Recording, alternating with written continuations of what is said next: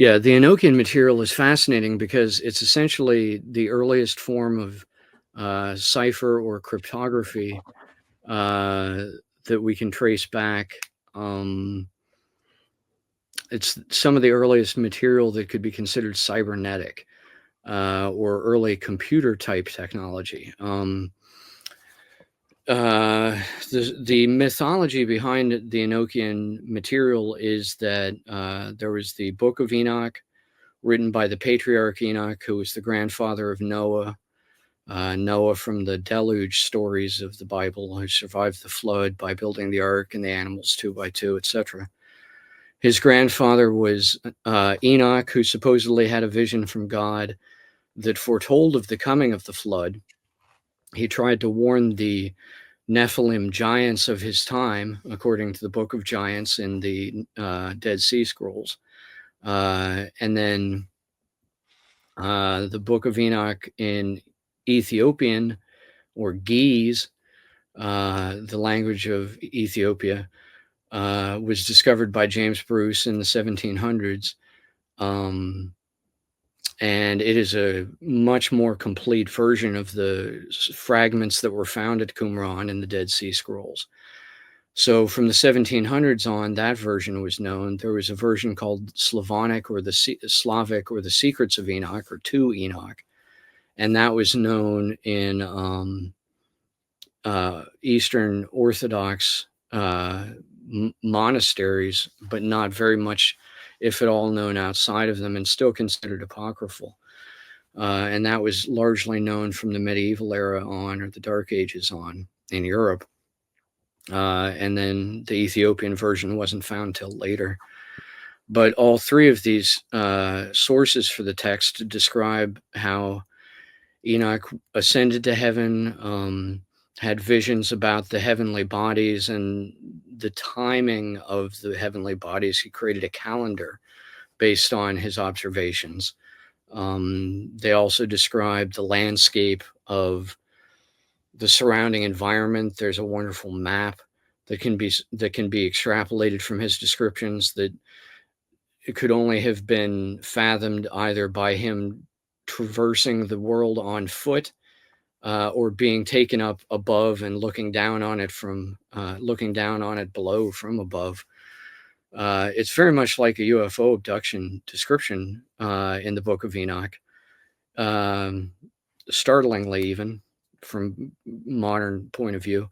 But he also sees the Anunnaki, the fallen angels, suspended in Sheol or one of the caves in one of the mountains, and prays for them to be forgiven, but they can't be until the Day of Atonement, the final day of judgment. So then the flood comes to destroy the Nephilim and erase all of the traces of civilization that the Anunnaki had taught us.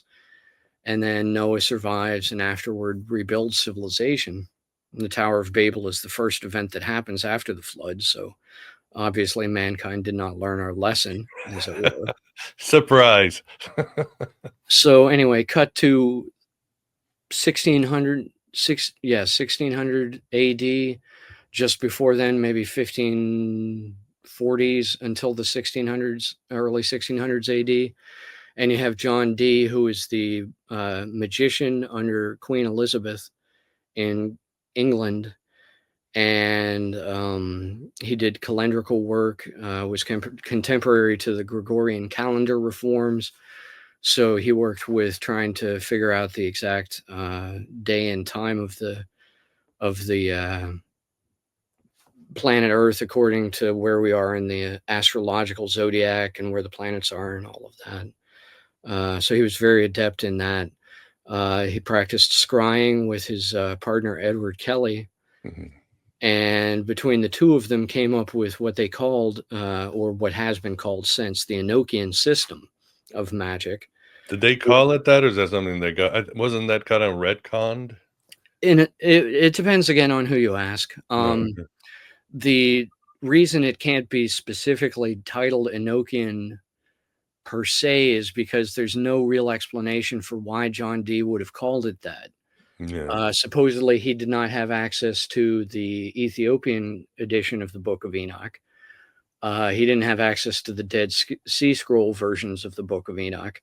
And it's only possible, but not entirely likely even, that he had access to the Slavonic Book of 2 Enoch. Mm. So his system of magic has been called since the Enochian system of magic, although it's unclear whether that was necessarily his own term for it or not. He described it as simply angelic, Right. and was essentially trying to create an angelology or a theurgy, um, for the Anglican Church, so that they would have their comparable choirs and so forth of angels that the Catholic Church had stolen from Judaism and Kabbalah, for example.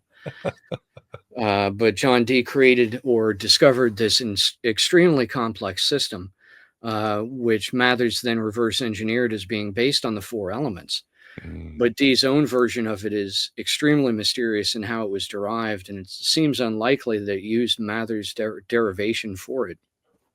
So nobody knows exactly for sure, and of course, the records only indicate that Dee was given it by angels that he perceived through scrying with Edward Kelly or crystal gazing.